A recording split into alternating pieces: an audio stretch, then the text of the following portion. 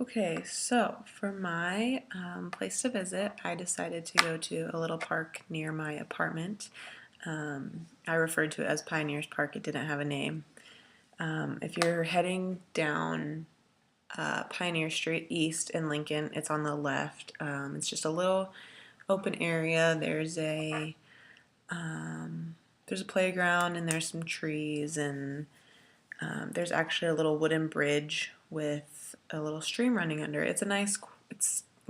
I wish I could say quiet. It's not very quiet. It's in the city, so um, you hear the hustle and bustle of the cars and whatnot. I actually have a picture of it. Like I said, it's not the quietest place. Basically, my picture just shows the trees. I have It's a nice place to visit. It allows you to gather your thoughts. I would have liked a quieter place, but it was sufficient for the project. Going into this, I didn't know what I would gain from the experience, but through it all, I've made 3 connections that I chose to go through in this presentation. Would be the dominion that Genesis talks about, the ecofeminist view. I feel like I was obligated to talk about that since we're feminists. And then the overuse of all of the energy and everything that we overuse, like as talked about in Carbonation. So first, I would want to talk about the dominion over the environment that we see. It's our earth is a beautiful world. It's a gift from God. It's very apparent. The beauty of the world is very apparent. And sometimes I feel like we just don't realize that. We don't understand. We don't make the connection that God created it as He wanted us to take care of it. The Bible strictly states how to take care of the earth. Why we're not doing so, why we're killing the earth is beyond me. Like I said before I took this course, I wasn't aware of it, so I understand, but after taking the course, something needs to be done. In Genesis, we all know that God created the earth in 7 days and then created Adam and Eve. We think that because He created us humans for the earth, we can use the earth as we choose, when that's not what He created it for. He wanted us to take care of the earth for Him as His gift to us. All the littering, all the usage we do, it's not in His best interest. Like I said, it's small things like littering and picking up trash that we could easily cut out of our lives. Secondly, I wanted to talk about the ecofeminism and the ecofeminist view. I agreed with Elizabeth Johnson in most of the part of the book that we read about ecofeminism.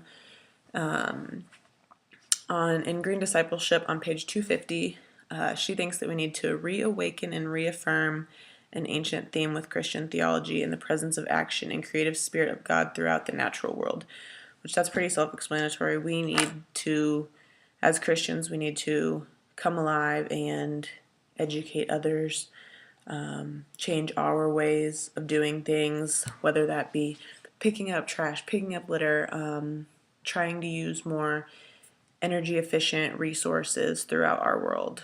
Like I said, it's a gift from God.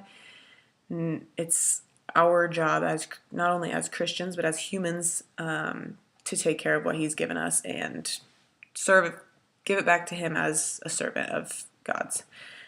It was created in His image and likeness, and that's why the beauty of it is incredible. We're not doing our job to take care of it like we should. And then finally, the overuse. Carbonation was it was eye-opening, but it was a little scary at the same time. Scary in the sense that what could go on in the future if we continue the rate that we are. There's so many different ways: solar power, recycling, even small things such as recycling, turning off the lights, turning off the water, small changes in our lives that we can make, that can cut down on our usage, that will help and protect the environment. These things that I've talked about, the connections, I also talked about my paper, and it just, certain days remind me, or being in this class reminded you of reflecting and being able to understand more. If I would normally go out to a park, I wouldn't think of these things at all. I wouldn't look at people littering and be in such disgust or want to do something about it. I wouldn't worry about the solar energy and the solar power that I'm using that is killing off this world. I really enjoyed doing this project, and like I said, I learned a lot. I would never have looked at the environment in such a light if it weren't for this class and what I've learned from this class.